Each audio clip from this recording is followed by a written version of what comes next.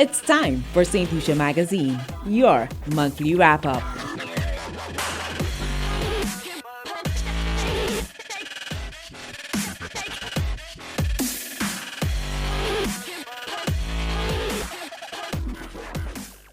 Hello and welcome to Saint Lucia Magazine, your trusted source for monthly updates on the latest developments within the government across key sectors including healthcare, education, youth development, the economy, infrastructure, and tourism. I'm your host, Nivalo Geist. In this month's recap, we delve into the happenings of October, spotlighting the government's relentless efforts to usher in positive change and progress for our valued citizens. Our dedicated team and the communication units of the various ministries in the public service have been diligently collecting stories and highlighting the government's numerous initiatives and projects, and we are thrilled to bring them to you. Ladies and gentlemen, this is Saint Lucia Magazine, and at the forefront of our review segment today, we present to you the big stories.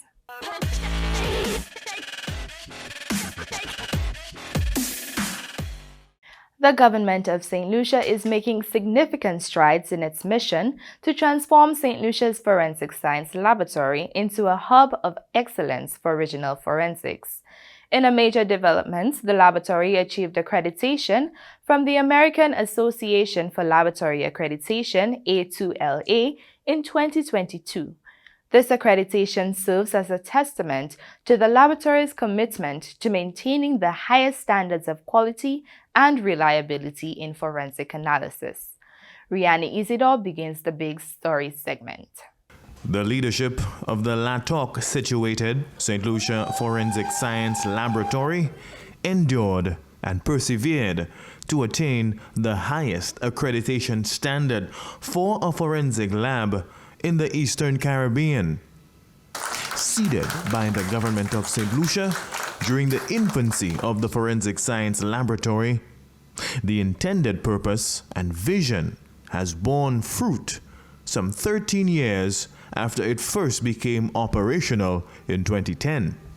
What's next for us, you ask? Well, we have added an extension with a vehicle examination bay for secure, controlled forensic examinations of motor vehicles of all kinds, and for a new crime scene unit as we work towards a transition of the scenes of crime officers from the RSLPF to the Forensic Science Services for a more scientific approach to scene investigations. We have added a firearms unit to respond to the crippling exponential increase in gun violence in our beloved nation. We are working with the coroner to revamp and improve death investigations in St. Lucia through the establishment of an independent office of the coroner. We will continue to add services and leverage technology for a holistic and relevant service that is responsive to ever-changing investigative needs. We remain committed to working with our respective partners and stakeholders to effectively detect crime and to uphold our mission to serve the cause of justice through an ethical, unbiased, quality, and scientific forensic service in St. Lucia.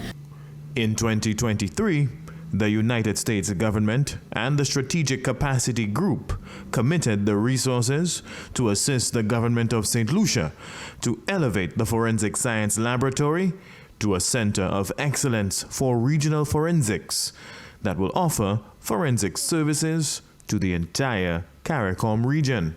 The government has approved an allocation of over $26 million to bolster the capabilities of the St. Lucia Fire Service, SLFS, to enhance emergency response services across the nation.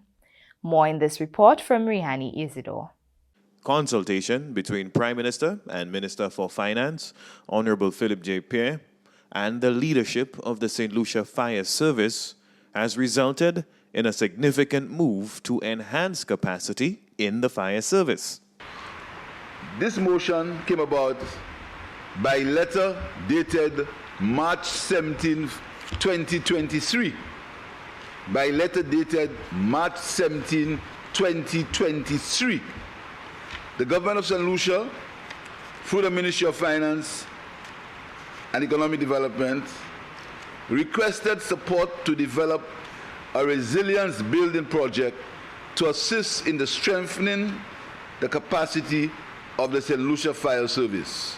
In less than 6 months, Prime Minister Pierre, on October 3rd, sought approval from the lower house of Parliament to formally acquire more than $26 million from the Caribbean Development Bank. The funds will be used to procure new ambulances, fire appliances, and the reconfiguration of fire service administrative and training facilities in the island's south. Is going to be used for the provision of appliances as follows: 1 aerodrome truck, 5 domestic fire trucks, 4 quick response vehicles, QRVs, 4 ambulances, and equipment tools for 9 fire stations, including 7 local stations and 2 crash fire halls at George F. L. Charles Airport and Iwalo International Airport, and information communication technology equipment and furniture for the Saint Lucia Fire Service Training School. The funds will also be used to finance technical training programs for more than 320 fire officers and for the development of managerial policies to further bolster institutional capacity in the fire service. Revenue from the Health and Citizen Security Levy will be used to service the CDB loan. The fire service is not only about equipment, it's about men and women, Mr. Speaker. So the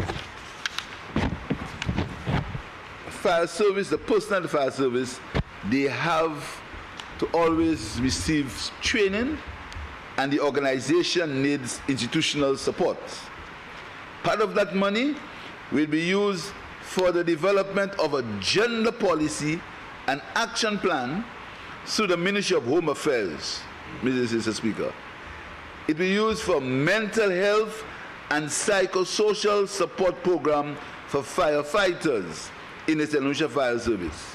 Prime Minister Pierre's response to the needs of the St. Lucia Fire Service will lead to an improvement in the efficiency and effectiveness of the fire service's response to current and future emergencies. Citizens stand to benefit from expanded and improved emergency response services to reduce disaster risk across St. Lucia.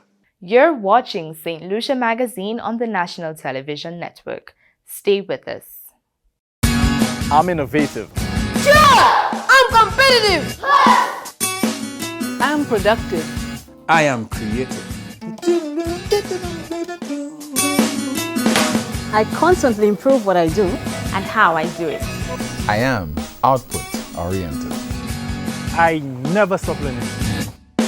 I give of my best, always.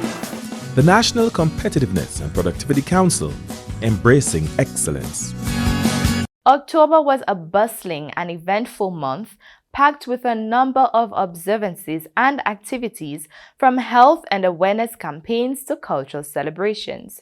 To begin, October was Breast Cancer Awareness Month, an annual event that has gained widespread attention.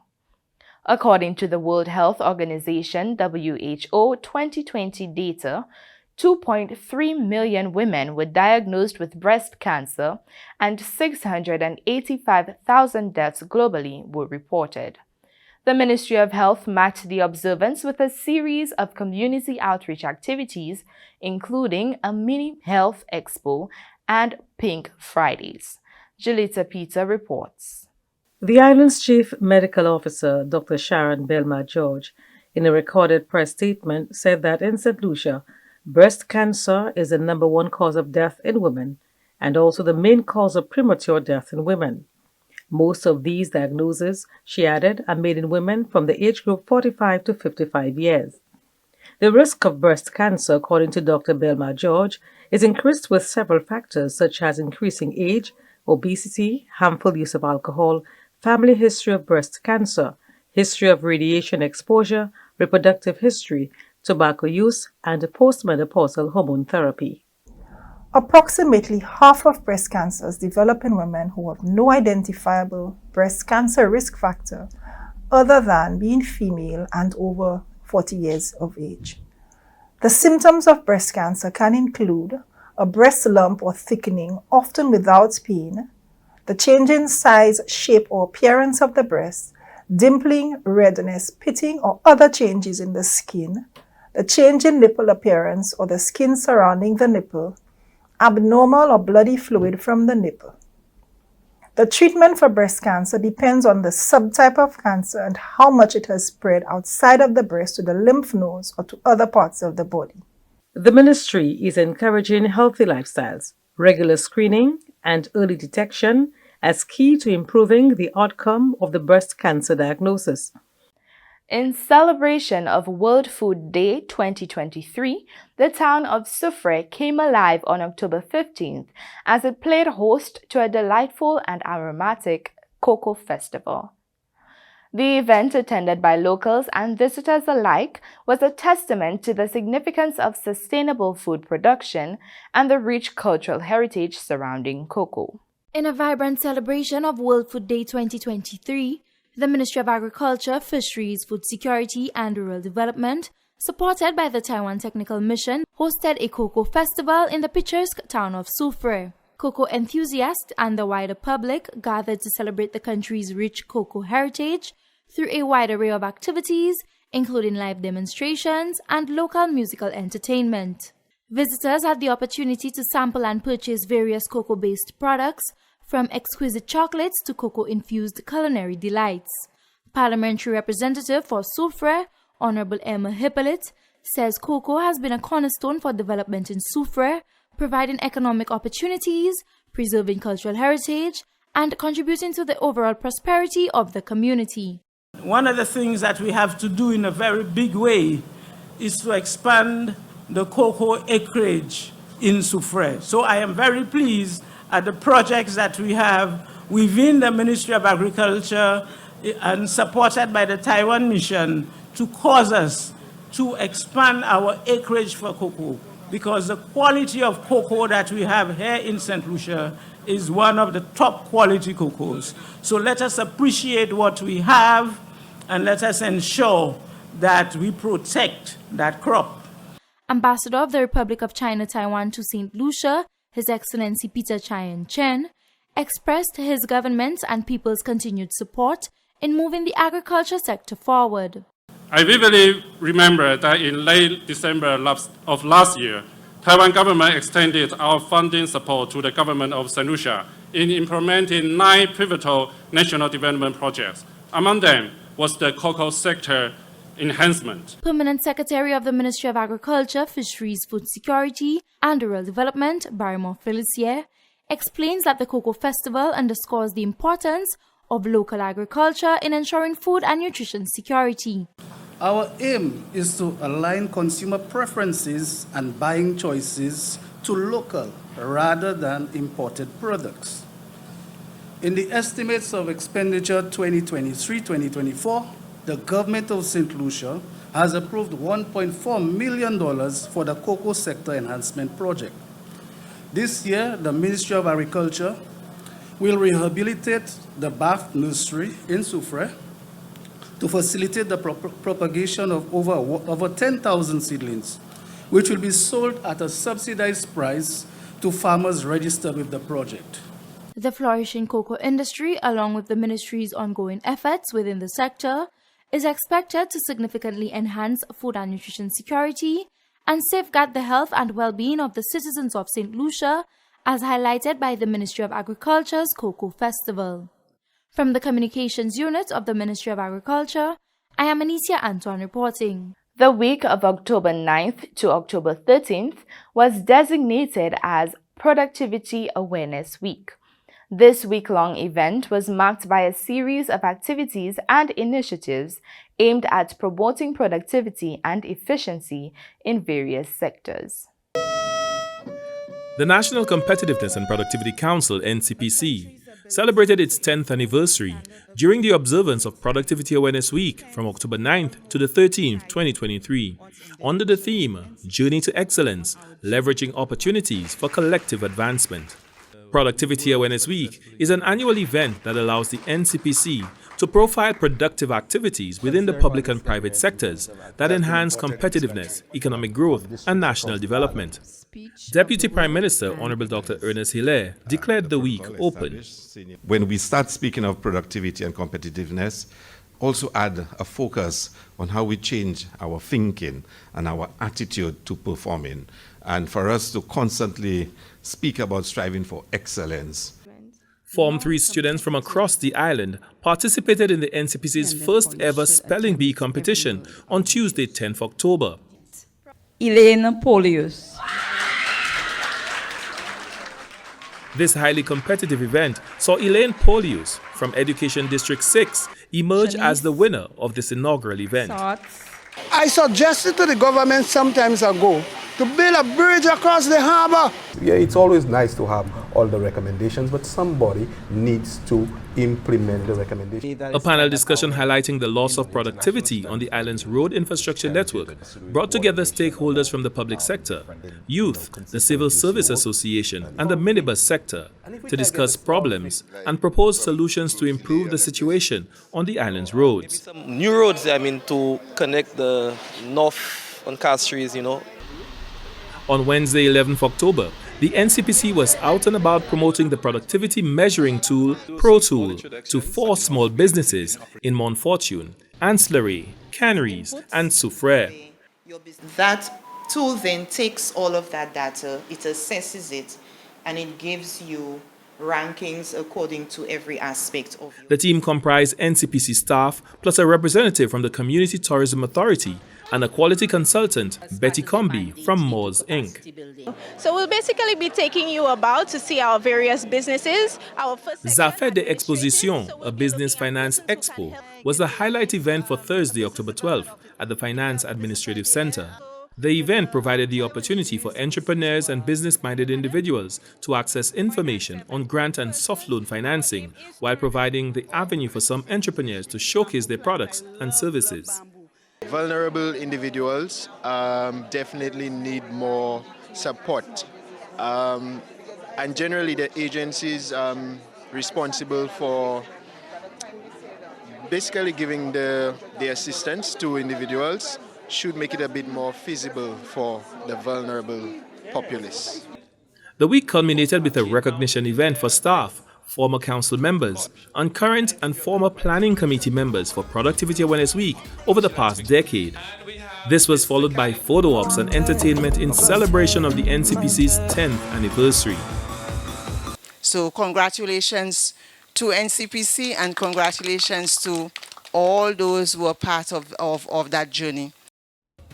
On the heels of what has been hailed a successful Productivity Awareness Week 2023, the NCPC has already commenced the planning for Productivity Awareness Week 2024. For the National Competitiveness and Productivity Council, Glenn Simon reporting. World Standards Day is another of the observances with deep-rooted traditions in October. First observed October 14, 1970, World Standards Day focuses attention on the work of the many volunteers contributing to advancing human life and welfare. This year, Minister of Commerce, Manufacturing, Business Development, Cooperatives and Consumer Affairs, Honorable Emma Hippolyte, in her message to mark the occasion, said the emphasis on the observance was to commit the world to global health equity. The theme underscores the urgency of creating robust healthcare systems and fostering the collective commitment to global health quality. In doing so, we strive to build a world where the well-being of all individuals, regardless of age or background, is safeguarded, and where our shared vision for a healthier, more resilient planet becomes a reality. While this call to action is centered on action in standards development, advocating a collective endeavor that demands the active participation of every segment of society, including local governments, businesses, industries, and individuals. To be successful, the process requires conscious collaboration and innovation. October 17th was the Feast of Marguerite. For another year since Minister of Culture Honorable Dr. Ernest Delaire promised that government would accord the necessary pride of place to observances of cultural and traditional significance, schools and La Marguerite groups from across the island descended on Gros-Islet for the pomp and ceremony that the festival is well known for. Bonsoir, bonsoir ma jolie ouais. Bonsoir, bonsoir mon joli wa. Bonsoir, bonsoir ma jolie ouais. Bonsoir, bonsoir la société la Marguerite. Bonsoir, bonsoir ma jolie ouais. Bonsoir, bonsoir mon joli wa. Bonsoir, bonsoir ma jolie ouais. Bonsoir, bonsoir la société la Marguerite. The flowers, the roses are in dismay. The flowers, the roses are in dismay. The Margaret we have won and the Margaret we shall have. It's the most beautiful flower of Saint Lucia. We all are here in unity and peace. We all are here for justice and for right. We all are here to celebrate our feast. It's the most beautiful flower of Saint Lucia. The flowers, the roses are in dismay. The flowers, the roses are in dismay. The Margaret we have won and the Margaret we shall have. It's the most beautiful flower of Saint Lucia. Limine, éclairé, limine, Sainte Marguerite qu'a limine. Limine, éclairé, limine, Sainte Marguerite qu'a limine. Sainte Marguerite a jour nous rapprodienne. Il rapprodienne autant pour moi avec Marguerite. Sainte Marguerite a jour nous rapprodienne. Il rapprodienne autant pour moi avec Marguerite. Limine, éclairé, limine, Sainte Marguerite qu'a limine. Limine, éclairé, limine, Sainte Marguerite qu'a limine. Sainte Marguerite a jour nous rapprodienne. Il rapprodienne autant pour moi avec Marguerite. Sainte Marguerite a jour nous rapprodienne. Il rapprodienne autant pour moi avec Marguerite. Limine, éclairé, limine, Sainte Marguerite qu'a limine. Limine, éclairé, limine, Sainte Marguerite qu'a limine.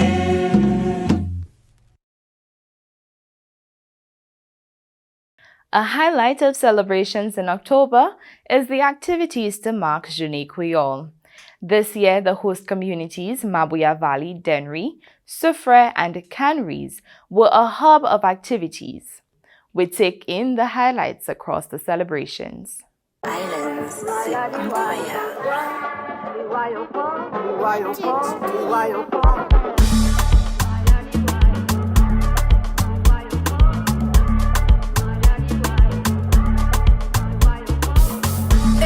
messieurs, mesdames, t'imagines me 28 là, mes mani pièces diffé.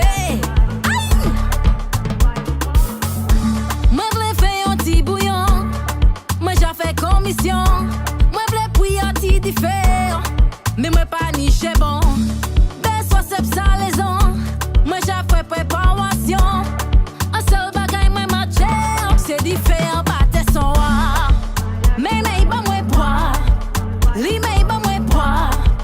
Mais n'est pas moins poussé, pas moins fouillé, pas moins boire.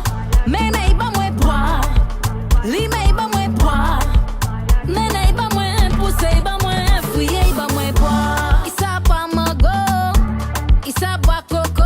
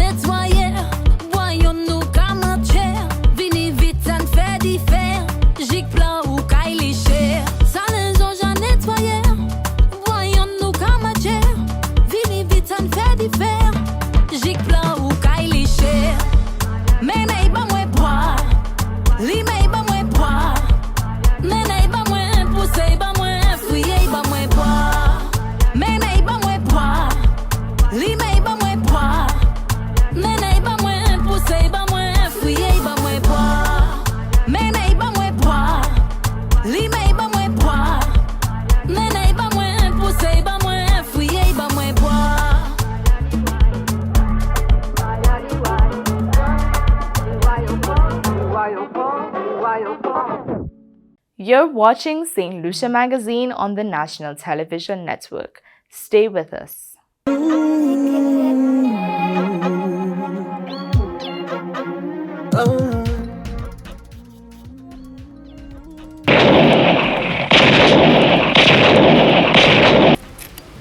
We can all make a difference. Make the change. End the gun violence now. A message from the Ministry of Equity, Social Justice and Empowerment.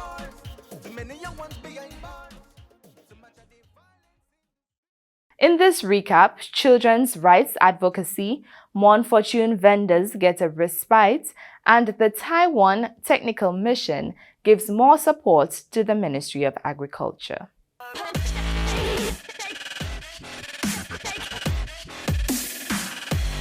Welcome back to the program. Minister for Equity, Social Justice and Empowerment, Honorable Joachim Henry, reaffirmed the government's dedication to championing children and youth's rights during a meeting with the Kiwanis delegation. Emphasizing advocacy and funding for the children's welfare, he called for collaboration. John Emmanuel tells us more.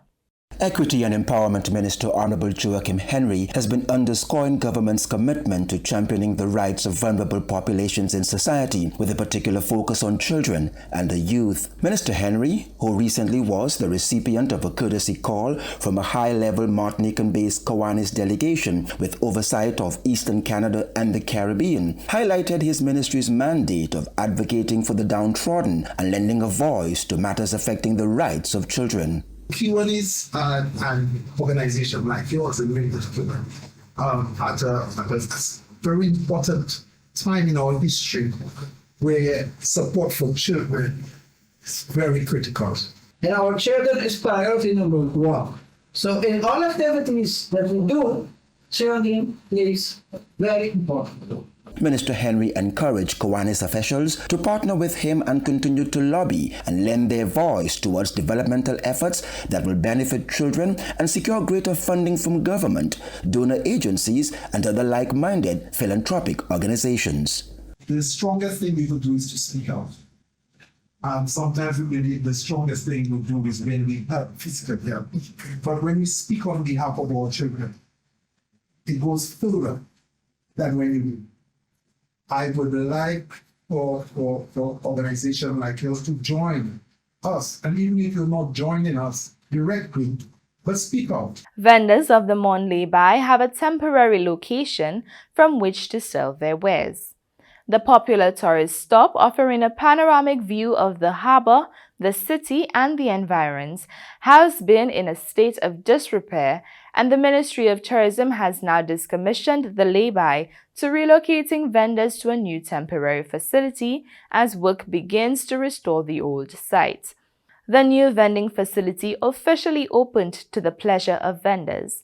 The Ministry of Tourism says this is a significant demonstration of the government's commitment to fostering economic growth and enhancing the overall experience for residents and visitors. On Sunday, 8th October, the Ministry of Tourism held a soft opening for the new vendors lay-by at Mon Fortune. Vendors are an integral part of St. Lucia's micro, small, and medium enterprises sector, as they are not only economic contributors but also providers of goods and services to locals and tourists alike. During the event, CEO of the St. Lucia Hotel and Tourism Association, SLHTA, Nurani Aziz, took the opportunity to shed insight on the expectations of the occupants of this newly opened vending facility. The heroes of this facility are going to be the vendors. And let me take the opportunity to thank you for your advocacy that helped to create this place.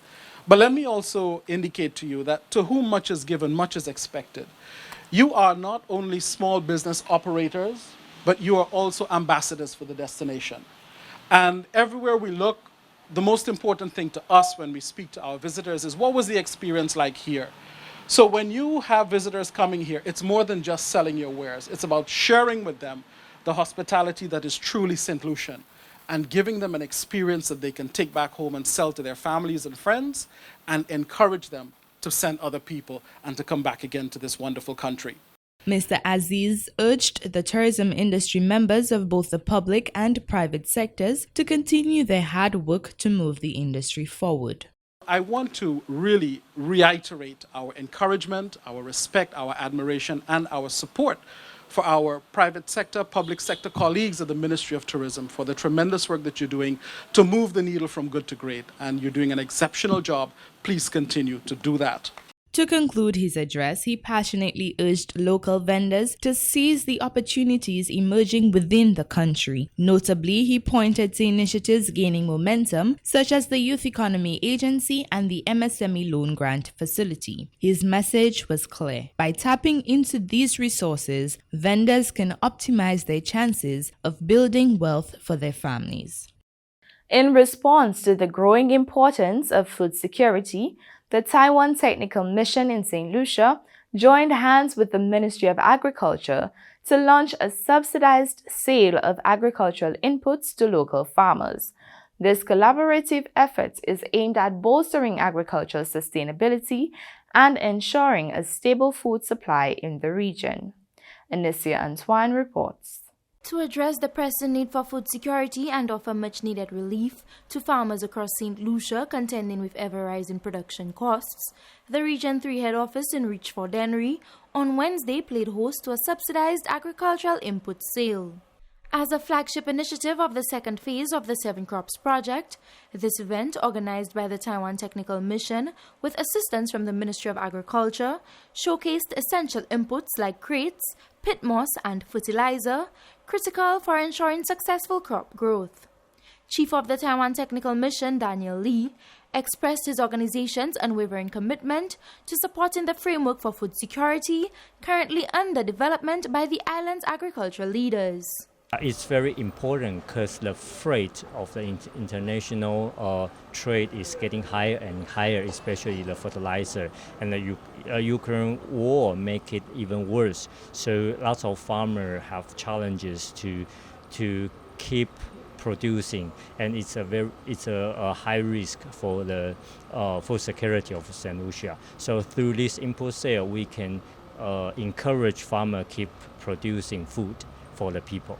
Amid the supply chain challenges currently being encountered, Minister for Agriculture, Fisheries, Food Security and Rural Development, Honorable Alfred Prosper, highlights that the input sale has proven to be a notable achievement, solidifying its position as a fundamental element within the array of activities aimed at mitigating the escalating costs of agricultural and farming inputs on the island. We know the importance of providing support to our farmers, especially in regards to increasing our food production and in an effort to reduce our food import bill. We recently experienced the passage of Tropical Storm Brett, and a number of our farmers were impacted. And so what the ministry is doing is to provide that support that farmers need at this time to help boost our food production and meet our food security needs. We recently provided support in the sum of 2.4 million EC dollars to assist farmers following the passage of the tropical storm, because we knew very well how it impacted the plantain and banana subsectors, and we are very concerned that as a country which needs to continue exporting bananas, a country that must feed itself, we are happy as a government, as a ministry, to provide that level of support to our farmers. Minister Prosper says that this initiative complements the other efforts currently being undertaken by the government to provide subsidies for various inputs to ensure that food security is achieved.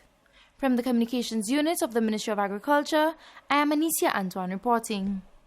When we come back, the first cruise for the season, Carnival Venezia, berthed at Port Castries, and the under-23 female football team returns home after a successful tournament.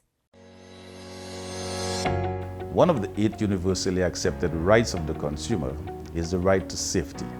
This means that consumers must have the right to be protected against products, production processes, and services which are hazardous to life or health. Such products and services must meet established national standards. These standards give the consumers the assurance that the product is safe for use or consumption.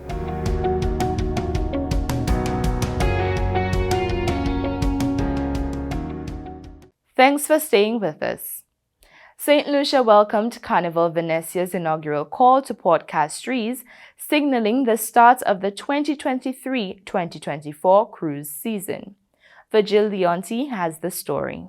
Stilt walkers, drummers, masqueraders, an authentic St. Lucian welcome for Carnival Venetia's inaugural call to Port Castries. The artists wowing the more than 4,000 passengers disembarking from one of the world's largest cruise vessels. The arrival of the vessel signals the start to St. Lucia's 2023-24 cruise season. Representatives from the Ministry of Tourism, the Castries Constituency Council, the St. Lucia Air and Seaports Authority and other stakeholders were on hand to greet the captain and crew. The vessel is set to make 19 calls to the island this cruise season. Director of the board of the St. Lucia Tourism Authority, Mr. Thomas Leos, believes this reflects the value of the island as a destination. He says the economic spin-offs cannot be overlooked. What this means is that the drivers of those buses will now earn income on a regular basis. The owners of the buses will earn an income. Yeah? I walked in here and I saw the musicians performing. That's income for the country. You had the masqueraders, income for the country. You had the guy playing the steel band, or steel pan rather, income for the country. So the impact of cruise visitors is quite tremendous and far-reaching. Yeah? The number of passengers were lined up, they're still there, going out to various stores and attractions around the island of St. Lucia. Every single spot that they stop on, they will spend some money. That's income for the country as well. In his welcome address, the Tourism Minister, Honorable Dr. Ernest Hilaire, reflects on the impact of the cruise sector to the economy of St. Lucia. This economy depends heavily on tourism. Almost 40% of our GDP is directly related to the tourism industry. And I think you asked the question, what is the population of St. Lucia, comparing it with the number of cruise arrivals that we're going to have. And earlier today, Ms. Cooper was saying to me that even our estimate is very conservative because we're projecting about 600,000 arrivals. Dr. Hilaire spoke glowingly on the beauty of the island, highlighting its many awards as a destination. St. Lucia holds the awards for the world's leading honeymoon destination and the Caribbean's leading destination for adventure and nature. Captain Enzo was elated that Carnival Venetia is the first vessel on call to the island. He has high hopes for the island for the rest of the season. Venezia so far is the first ship that is different from other, is a Carnival fun Italian style, and she's doing well. I hope that we bring this good hope to you, that your season starts in a good way and then you continue. By conservative estimates, 600,000 passengers are expected here throughout the cruise season. From the Government Information Service, I am Virgil Leonti reporting. The Ministry of Youth Development and Sports welcomed home the under-23 female volleyball team returning from a successful tournament in Dominica. While setting its sight on possible successes in the world of game fishing with the hosting of a billfish tournament. Ryan O'Brien reports. Boats from several islands in the region are expected to compete in the St. Lucia Game Fishing Association's International Billfish Tournament, set to take place here from October 16 to 20. The Ministry of Youth Development and Sports is partnering with the association through its alternative sports program to revive game fishing in St. Lucia. What we're trying to do as a sport is for the ministry, also and then the association, is to develop it, is to let the public know that alternative sports is a thing. The boats will go varying ranges, but at least 4 miles out. Some may go, between St. Lucia and St. Vincent and fish south. Some may go between St. Lucia and Martinique. Some may go as far as 20, 40 miles out. So they follow different signs, and they can go exceedingly far, or they can actually catch fish sometimes 4 or 5 miles offshore. St. Lucia's female under-23 volleyball team received a warm and celebratory welcome home after capturing the 2023 Eastern Caribbean Volleyball Association ECVA Championships in Dominique. I just want to say to the ladies today that I'm extremely proud of what you all have achieved. I want you all to embrace what you all have achieved. I want you all to know that all of St. Lucia is extremely proud of you, and we will be looking very closely to see what's next for you all. So we certainly hope that you can mix this achievement with academics, because we know that we have a lot of scholarships available for volleyballers, and a lot of persons have developed as a result of balancing academics with sport. That concludes this month's edition of St. Lucia Magazine. A heartfelt thank you to all of you who played a vital role in the making of this program, including the dedicated GIS team and the communication units across various ministries. To you, our viewers, we appreciate your presence and engagement. Be sure to join us again next month for the next informative episode of St. Lucia Magazine on NTN Channel 122 and all Government of St. Lucia's social media platforms. I am Nivalo Geist, and until next time, stay informed and stay tuned. It's time for St. Lucia Magazine, your monthly wrap-up.